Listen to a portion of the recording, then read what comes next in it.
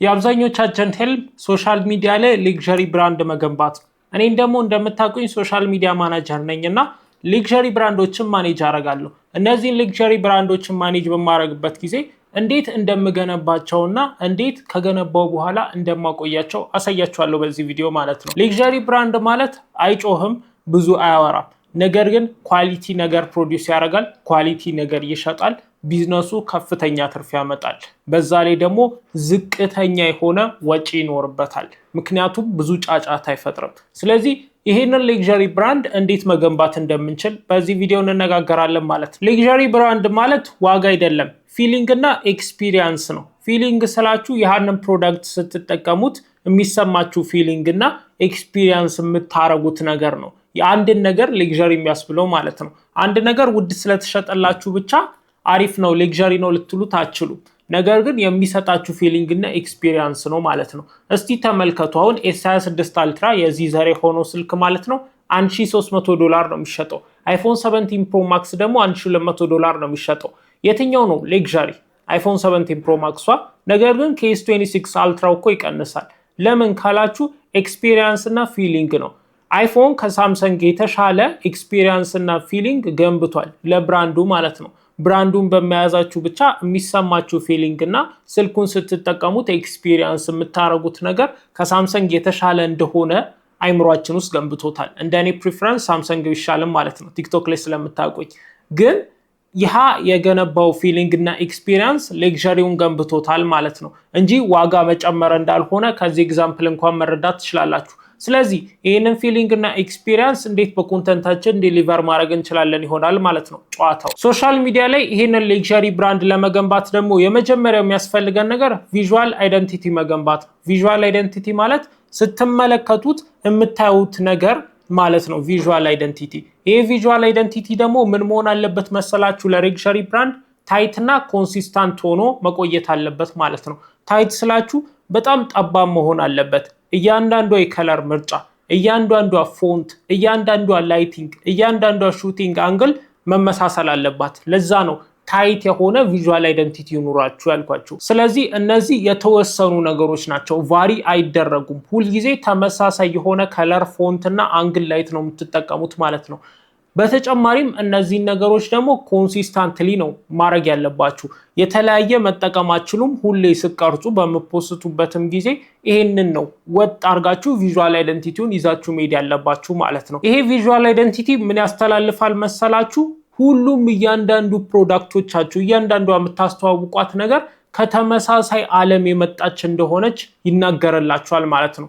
ምንም ቴክስት ምንም ነገር ሳታወሩ በቮይስ በምስል ብቻ በቪዥዋል አይደንቲቲው ብቻ በምታዩት መልክ ይሄ ፕሮዳክት ከዛ ነው የመጣው እንዲባል ያስችላል ማለት ነው። ከዛ በኋላ ግን ይህንን ብራንድ በምንገነባበት ጊዜ ይሄ ፕሮዳክት ከዚህ ብራንድ ነው የመጣው፣ ይሄ ብራንድ ደግሞ እንደዚህ አይነት አይደንቲቲ ገንብቷል፣ ስለዚህ ይሄ ፕሮዳክት ማለት ይሄ አይደንቲቲ ነው የሚለውን ፓተርን ለመገንባት ያስችለናል ማለት ነው። እነዚህም ቪዥዋሎች በምታሳዩበት ጊዜ ደግሞ ቀለል አድርጋችሁ ነው ማሳየት ያለባችሁ።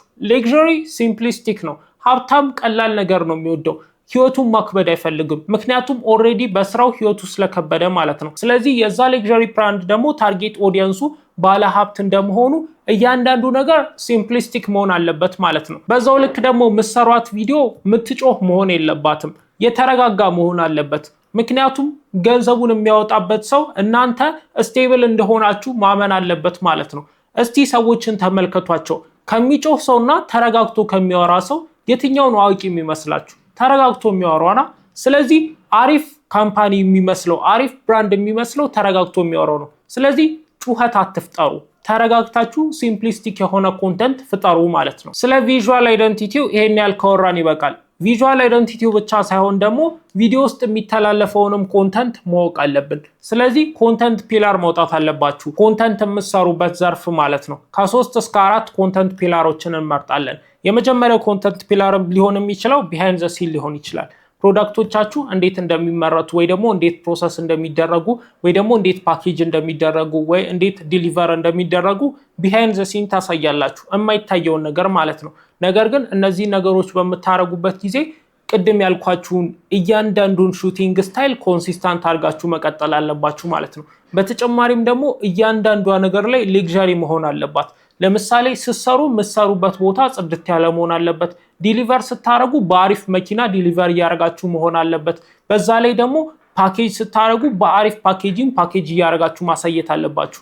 ምክንያቱም ኳሊቲ ነገር መሆን አለበት እያንዳንዷ ኮንተንት ላይ የምትፖሰቷ ነገር ማለት ነው። ሁለተኛው ኮንተንት ፒላራችሁ ሊሆን የሚችለው ደግሞ ላይፍ ስታይል አስፓይሬሽን ነው። ይሄኛው እንዲሁም በጣም ምርጥ የሚባለው የኮንተንት ፒላር ነው ማለት ነው። ላይፍ ስታይል አስፓይሬሽን ማለት እናንተ በህይወታችሁ ውስጥ ስትጠቀሙት ማሳየት ማለት ነው። ለምሳሌ አሁን እኔ የሰዓት ብራንድ የምገነባ ቢሆን ሰዓቱን አርጌ ኮንፊደንትሊ ስንቀሳቀስ፣ ሚቲንግ ስገባ፣ ስራ ስሰራ እያሳየው ሌግዠሪ በሆነ ቪዥዋል እሱን ፕሮዲውስ ማድረግ ማለት ነው። እሱን በማሳይበት ጊዜ የማገኘው ነገር ምንድነው መሰላችሁ?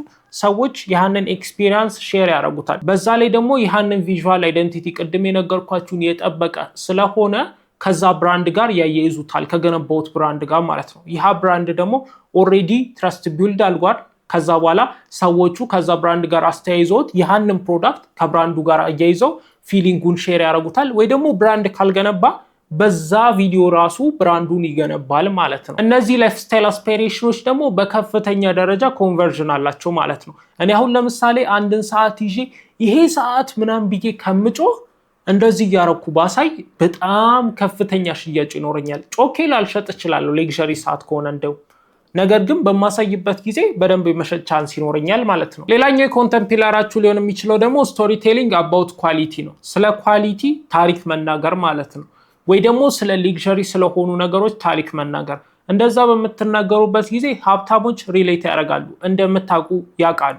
ከዛ በኋላ ከእናንተ ጋር ሪሌት አድርገው የእናንተን ፕሮዳክት ላይ ኢንተረስት ያሳደራሉ፣ ወይ ደግሞ ይገዟቸዋል፣ ወይ ደግሞ ለሌላ ጊዜ የሚሆን እምነት ልባቸው ውስጥ ያስቀራሉ። ብራንድ ገነባችሁ ማለት ነው። ሌላኛው አሪፍ የምለው ኮንተንት ፒላር ደግሞ ሶሻል ፕሩፍ ነው። ሶሻል ፕሩፍ ማለት የእናንተን ፕሮዳክት የተጠቀሙ ሰዎችን ቪዲዮ መቅረጽ፣ አስተያየት እንዲሰጡ ማድረግ፣ ወይ ደግሞ እነሱን ቀርጾ ብቻ መፖሰት ሊሆን ይችላል። እንደዚህ አይነት ቪዲዮ ደግሞ በጣም የሚጠቅማችሁ ለምንድን ነው መሰላችሁ? ሀብታም በጣም ኮንሽየስ ነው። ገንዘቡን የሚያወጣበት ነገር ሪላያብል እንደሆነና ታማኝ እንደሆነ ማረጋገጥ ይፈልጋል። ከድሃው በተሻለ ደረጃ ስለሚገዛው ዕቃ ማጣራት ይፈልጋል። እንደዚህ አይነት ቪዲዮዎች ደግሞ ታማኝነት ስለሚገነቡላችሁ ሳያጣራ እንዲገዛ ያደርጋል ማለት ነው። ገንዘብ ኢንቨስት እንዲያደርግባችሁ ያደርጋል። ይሄ ነው ሎጂክ። ታዲያ እነዚህ አይነት የኮንተንት ፒላሮችን ተጠቅማችሁ አሪፍ ኮንተንቶችን ለሌግዠሪ ብራንዳችሁ መስራት ትችላላችሁ ማለት ነው። እነዚህን ኮንተንቶች የምንለቁባቸው ደግሞ ፕላትፎርም መምረጥ አለባችሁ። ትክክለኛ ሌግዠሪ ብራንድ የምትገነቡ ከሆነ ኢንስታግራም የእናንተ ምርጫ መሆን አለበት። ያንግ የሆነ ሌግዠሪ ከሆነ ደግሞ ቲክቶክም ፐርፎርም ሊያደርግ ይችላል ማለት ነው። ኢንስታግራም ላይ ደግሞ 3 አይነት ኮንተንት የምንለቁበት ሜተድ አለ። ሪልስ፣ ካሮሰል እና ስቶሪ ማለት ነው።